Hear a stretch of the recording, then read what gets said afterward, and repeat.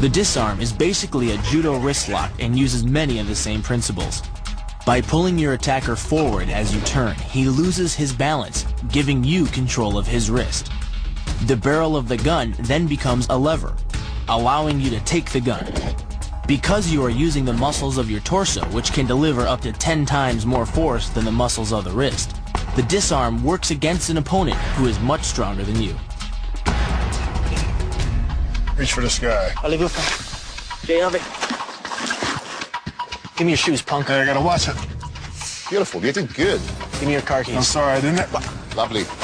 Oh, lovely. That was great. Hurt him a little bit more.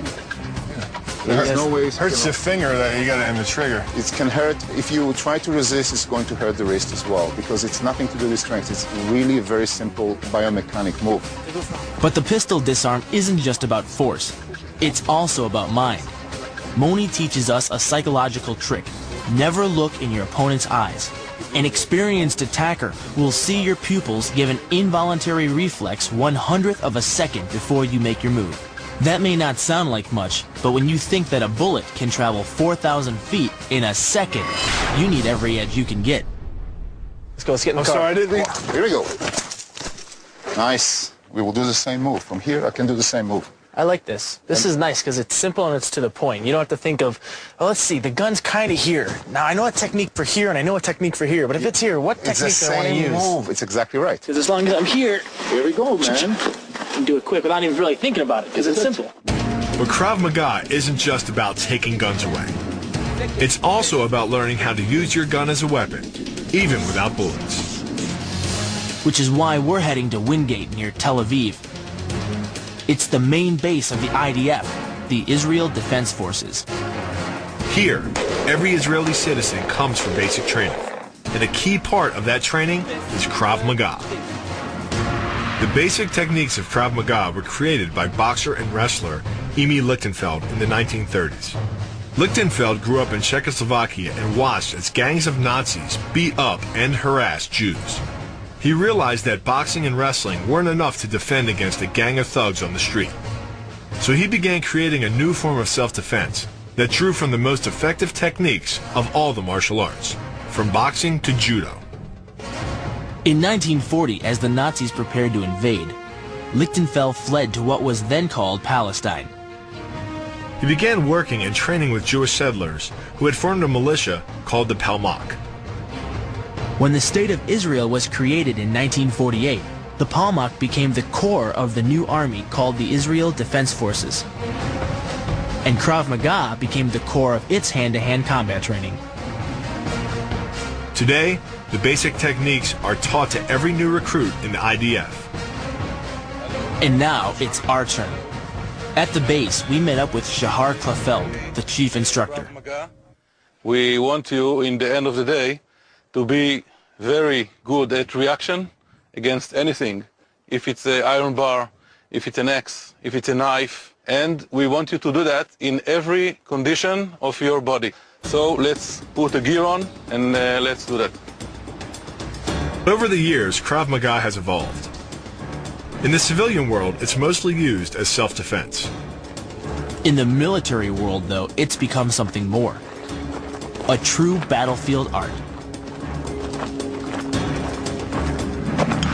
Well, I got my uniform, I got my gun. I'm supposed to be learning Krav-Maga. I don't know, it looks like I'm joining the IDF.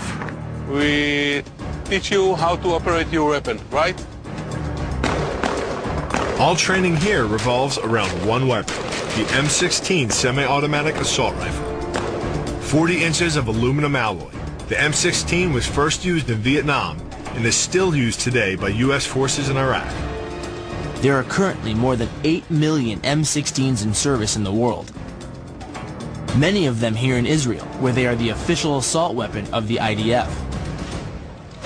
But having a gun in your hand doesn't always mean you can shoot your opponent. The weapon could jam, or you could be out of ammo. Imagine yourself losing all your ammo in a war and then being face to face with an enemy. And then you have to make the decision. Do I stay and fight? Do I call for other people? Or do I just hit them with my weapon? Shahar teaches us how to use the M16 as a brutal hand-to-hand tool. The key is not to swing it like a club, but to use the weapon as an extension of your arms. Get in close and use the twisting power of your torso to drive the butt of the weapon into the exposed face of an attacker. It's essentially an elbow strike from another martial art, Muay Thai. But because the metal doesn't deform on impact, like human bone, every ounce of power is channeled directly into your opponent's face. With the twisting motion of the torso generating the force, and the stiff metal of the M16 providing the impact, it's enough to shatter a cheekbone or break a jaw. 1, 2. Very good. Piss over the target, Right. and get back. 1, 2. Again. Inside. Okay? Try that. Very good, Jason. Very good. I'm really starting to get a feel of this Krav.Maga weapons technique. It's all about fast, quick motions to the enemy's face. You want to take them out as quickly as possible. I did a defense like this. Then I take it on the side, this. Defense. Grabbing. I feel like a killer now. And you need to feel that aggression. In any combat situation, you've got to be as pumped up as your enemy.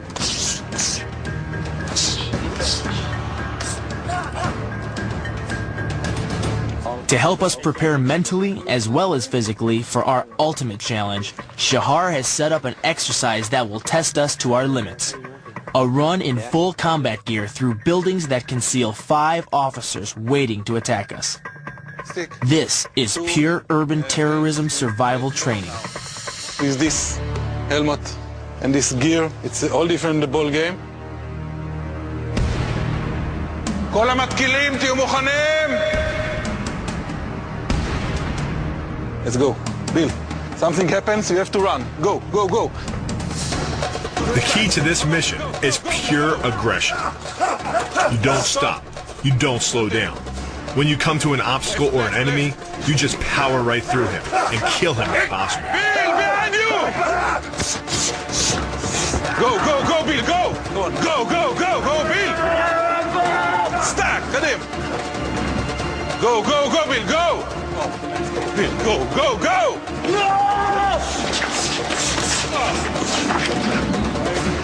Stop. Okay. You okay, Bill? Good. Did well. Thank you. Very good. Little bit of sense of fear inside, no? Feels good. Yeah, feels good. You're right. Fear is a great component in this test. Use your war cry. Ah! You get after him. Butt him in the face. Hit him in the shoulder. Any way you can to win. And then you shoot him dead and keep going. It's a war zone, baby. Then it was my turn. Just let your instincts rule you. אוקיי, מתקילים, עיקון כולם! יוצאים לדרך! Jason, something happens there. Go. You have to run now. You have to run. This is about as different from my MMA background as I could Now, get. go, go, go, Jason! It's not about feeling out the other guy or planning a strategy. It's about guts and instinct. About reaction time and commitment. And violence. Go, go, go! Jason! Shooting! And it is true.